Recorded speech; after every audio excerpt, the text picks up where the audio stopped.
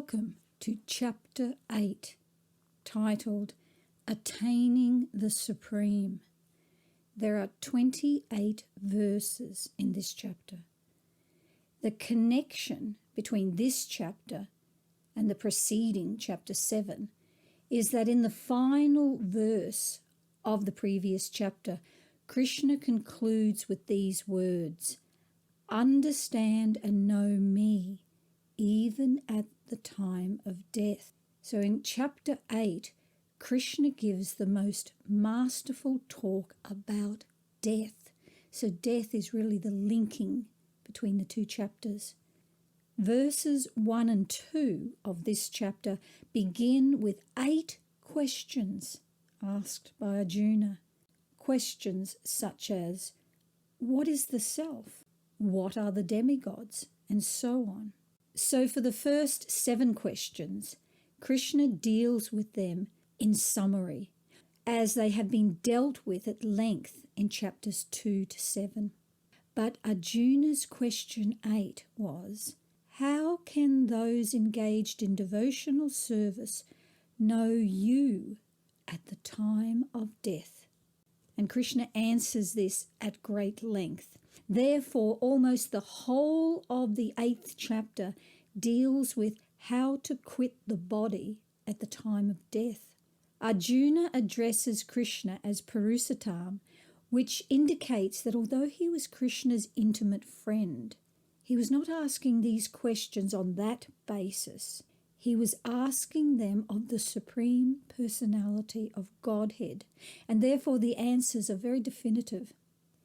Chapter 8 is a technical chapter, but it is essential. Therefore, I have arranged it into 6 segments, highlighting 16 of the total 28 verses. So let's begin. Segment 1, which are your first 2 verses. Now, in these, Arjuna is indirectly asking Krishna to kill all these doubts that have arisen in his mind. Actually, these are the kind of doubts that arise in the minds of anyone who's reading and hearing this transcendental conversation. Verse 1. Arjuna inquired, O my Lord, O Supreme Person, what is Brahman? What is the self? What are fruitive activities? What is this material manifestation? And what are the demigods? Please explain this to me. Verse 2. How does this Lord of Sacrifice live in the body? And in which part does he live, O Madhusudan? And how can those engaged in devotional service know you at the time of death? Segment 2, which will be verses 3 to 8.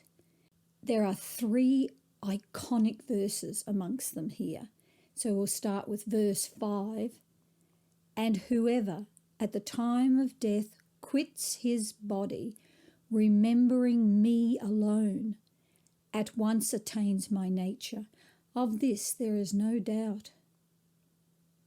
Whatever state of being one remembers when he quits his body, that state he will attain without fail. Verse 7.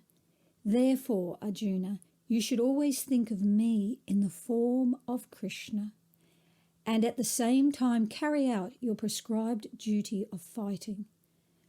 With your activities dedicated to me, and your mind and intelligence fixed on me, you will attain me without doubt. Segment 3, verses 9 to 10. In these verses, Krishna is explaining that for the yogis, they're recommended to raise their life force between the eyebrows. But for the bhakti yogis, by the grace of the Lord, they may remember him at the time of death.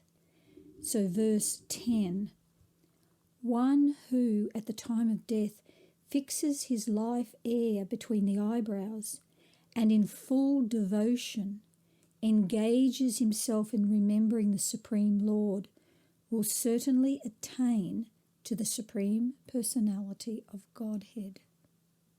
Segment 4, verses 11 to 22. Now here, Krishna is going to explain the destination of 3 kinds of yogis. At the time of death, the successful impersonalist goes to the Brahmajyoti. The personalist goes to the Vaikuntha planets, and the devotee of Krishna goes to Goloka Vrindavan. So let's begin. Verse 12. The yogic situation is that of detachment from all sensual engagements, closing all the doors of the senses and fixing the mind on the heart and the life air at the top of the head. One establishes himself in yoga. After being situated in this yoga practice and vibrating the sacred syllable the supreme combination of letters, if one thinks of the Supreme Personality of Godhead and quits his body, he will certainly reach the spiritual planets. That's Vaikuntha. Verse 15. After attaining me, the great souls who are yogis in devotion, this is Bhakti Yoga, never return to this temporary world that is full of miseries, because they have attained the highest perfection. From the highest planet in the material world down to the lowest, all are places of misery, wherein repeated birth and death take place. But one who attains my abode, O son of Kunti, never takes birth again. He's really explaining how to conclude taking birth here in the material world. Segment 5. Now this is verses 23 to 25. We're getting close to the end of the chapter. And here, the unalloyed devotees who are totally surrendered to the Supreme Lord, they don't care how they leave their bodies. They leave everything in Krishna's hands. But those who are not surrendered devotees, they depend upon karma yoga, jnana yoga, and so on, and they must leave their body at a suitable time. So he's going to explain those suitable times.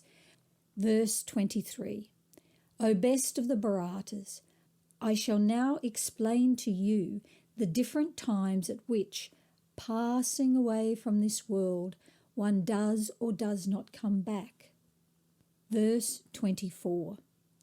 Those who know the Supreme Brahman pass away from the world during the influence of the fiery God, in the light, and at an auspicious moment, during the fortnight of the moon, and the 6 months when the sun travels in the north. So very specific timing there. Verse 25.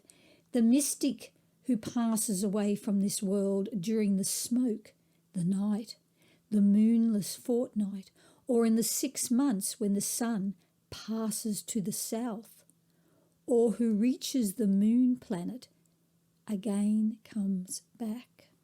Segment 6, verses 26 to 28, the 3 concluding verses of this chapter.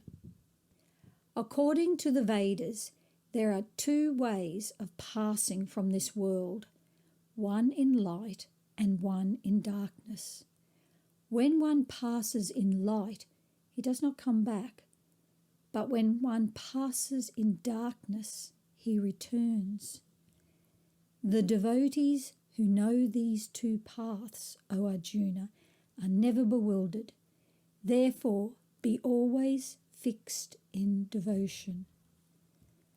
A person who accepts the path of devotional service is not bereft of the results derived from studying the Vedas, performing austere sacrifices, giving charity, or pursuing philosophical and fruitive activities.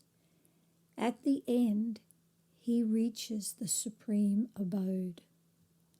So Krishna is shining light on all the different ways that the yogis leave their body and what is the best way to leave your body, fixed in devotion to Krishna. The following chapter 9, which is titled The Most Confidential Knowledge, is next, and it's a most wonderful chapter. If a person loves somebody, they naturally think of them. They naturally remember them. They don't have to strive to do it.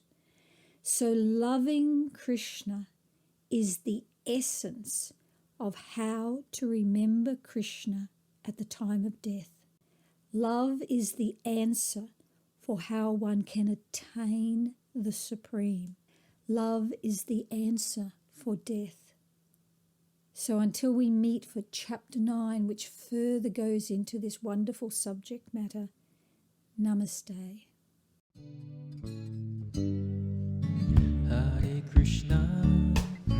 Hare Krishna, Krishna Krishna, Hare Hare, Hare Rama, Hare Rama, Rama Rama, Hare Hare, Hare Krishna,